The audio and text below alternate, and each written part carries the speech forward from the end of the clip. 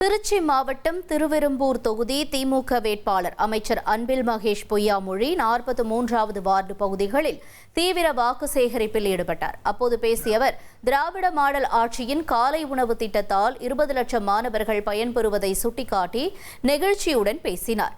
கடந்த 5 ஆண்டுகளில் 12 கோடி ரூபாய்க்கும் அதிகமான உட்கட்டமைப்பு பணிகளை முடித்துள்ளதாக குறிப்பிட்ட அவர், முதியவர் ஒருவருக்கு அளித்த வாக்குறுதிப்படி சாலை வசதியை செய்து கொடுத்ததை நினைவு கூர்ந்தார்.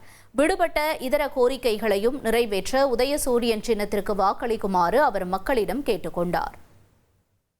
நீங்க ஓட்டு போட்டு நாங்க ஆட்சிக்கு வந்தனால தான் உங்களுக்கு விடியல் பயணம் திட்டமே கிடைத்தது. நீங்கள் ஓட்டு போட்டு நாங்க ஆட்சிக்கு வந்தனால தான் மகளிர் உரிமை தொகை திட்டமே உதித்தது.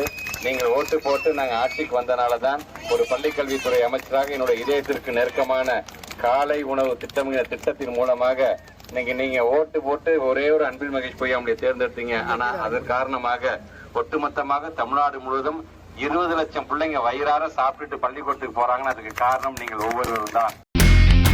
இனி செல்லும் இடமெல்லாம் செய்தி. தந்தை டிவியின் வாட்ஸ்அப் சேனலை ஃபாலோ பண்ணினா செல்ல இருக்கும் இடமெல்லாம் செய்தி. இதோ QR கோட் இப்பவே ஸ்கேன் பண்ணுங்க, ஃபாலோ பண்ணுங்க.